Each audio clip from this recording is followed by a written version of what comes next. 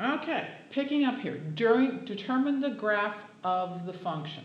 So way back when, back when I was a teenager, and back in the 70s and 80s, graduated from high school in 1980. Back then, what we would have had to done is we would pull up all this information that I know what the end behavior should be.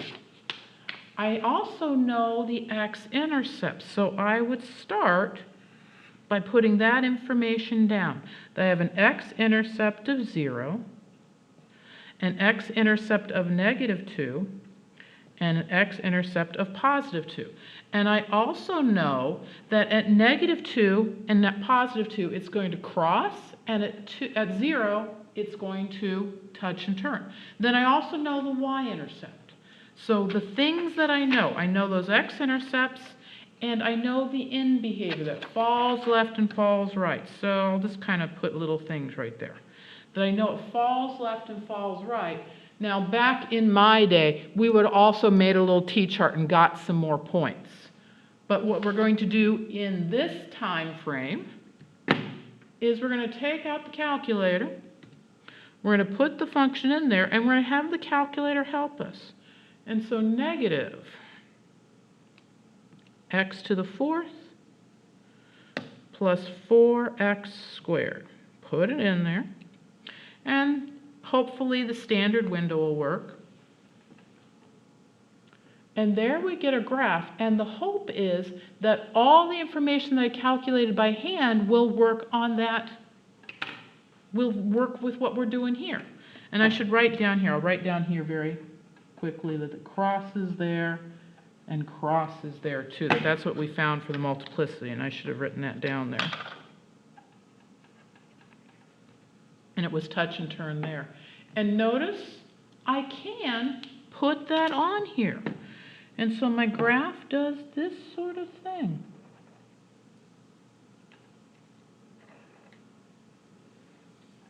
Now, I missed my little corner there, but that's okay. Now this isn't a great graph, but it's good enough. And then based on what I see there, now I can go back and answer this guy, that this has y-axis symmetry. But it's sort of self-checking that all my calculations actually show up in that problem. So I'm fairly confident that I typed my graph right, and I'm confident that my calculations were right. And there's the graph we're looking for. Okay, let's do this again.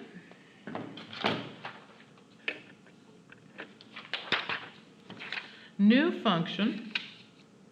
Use the lead coefficient test to determine the graph's end behavior. Okay, now this one, a little odd.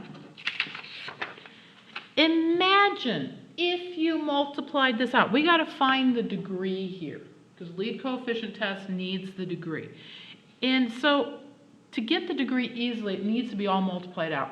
Now, I really don't want to multiply all that out. But let's imagine if we were to. So if I have f of x equals -2 times x minus 4 quantity squared times x squared minus 1, that if we were to multiply it out, right here, that would give me an x squared if I were to multiply it out. Not going to. And right here, I have another x squared. And x squared times x squared is x to the 4th. So when I talk about the degree here, the degree is 4, and what I care about is that that is even.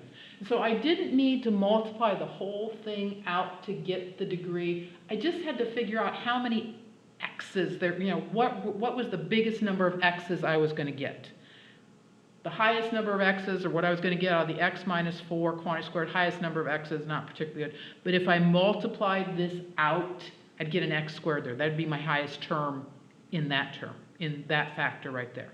In this factor here, my highest term, x squared. So an x squared times an x squared, I get an x to the 4th. So my degree is even. My lead coefficient.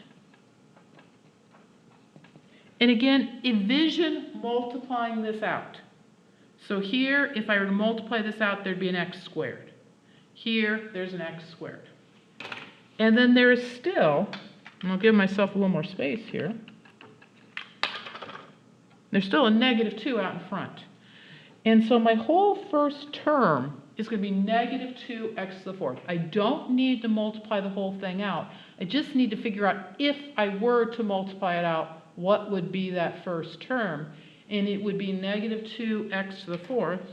So my lead coefficient is negative, which is negative 2, which is negative.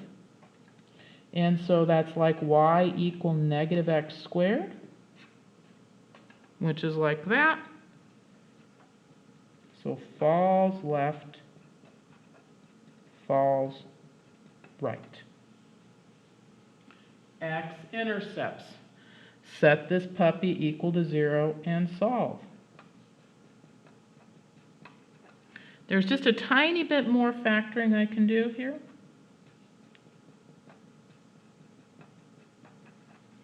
And then being really, really specific, that's x minus 1, x plus 1 to the first, x minus 1 to the first. You don't have to write the exponents there, but I'm just being really, really specific. Then once I have it in its factored form, I can make my little chart. So my x-intercept, which is the same thing as a 0, the multiplicity,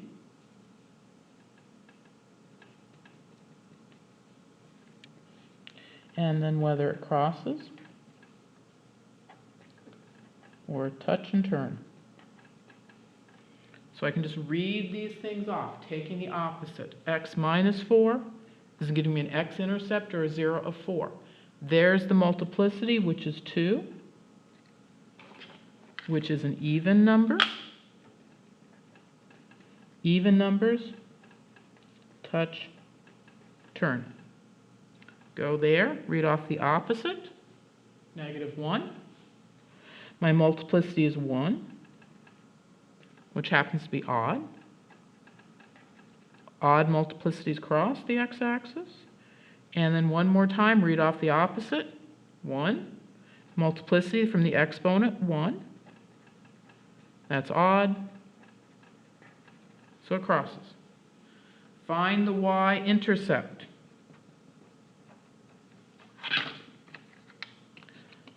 Always plug in x equals 0. Always, no matter what.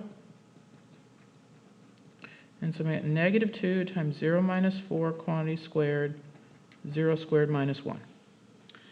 So we've got negative 2 times 16 times negative 1, which will be 32. The symmetry, and again, remember, the only reason I'm putting in here when to remind you that when you're doing your homework, take out your machine, whether it's computer, calculator, get a rough graph on the machine, then based on that, go back and answer the symmetry. And so we'll answer the symmetry momentarily. And now we're going to go to the machine. But again, the idea is we have all this information. We know what the in behavior should be. We know whether it crosses or touches, slow down and talk right. We know where the x-intercepts are and what's happening at those x-intercepts. And that should match what we're going to see on the calculator. So y equals, clear that out, negative 2 times x minus 4 quantity squared times x squared minus 1. Now, we already know something here. The y-intercept is 32. Now, I'm going to start with the standard window, zoom 6. And so we are not getting a great picture. So we're going to adjust the window so we get not necessarily a great picture, but a better picture. Based on stuff that we do already know. We know that the y-intercept is 32, so I need to make that graph go much higher. It also looks like I need to go lower, so we're going to go both higher and lower, and I really don't need to see all this blank space here. That we know that my x-intercepts were negative 1, 1, and 4. And so I'm going to base my window on that information. Let's put that there.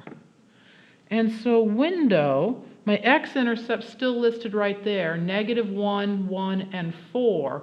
So let's go a little bit further. So maybe how about -4 to maybe 8. Just going a little bit further than my x-intercepts were calculated.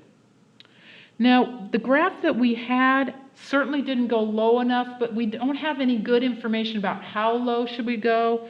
And so I'm just going to go to -10 there. But we did have a y-intercept of 32. We did calculate that. So I'm going to go a little bit higher, and I'm going to go by 40. And you certainly don't want to count by ones there, so maybe let's count by 4s. It doesn't really matter how you count.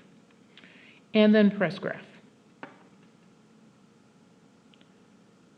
And there is a pretty good graph. It looks like maybe I could still go a little bit lower, but we seem to be cutting off the bottom there. So let's go a little bit lower. And we went down to -20 before. Let's maybe go to -28. And it's kind of a guess. Graph.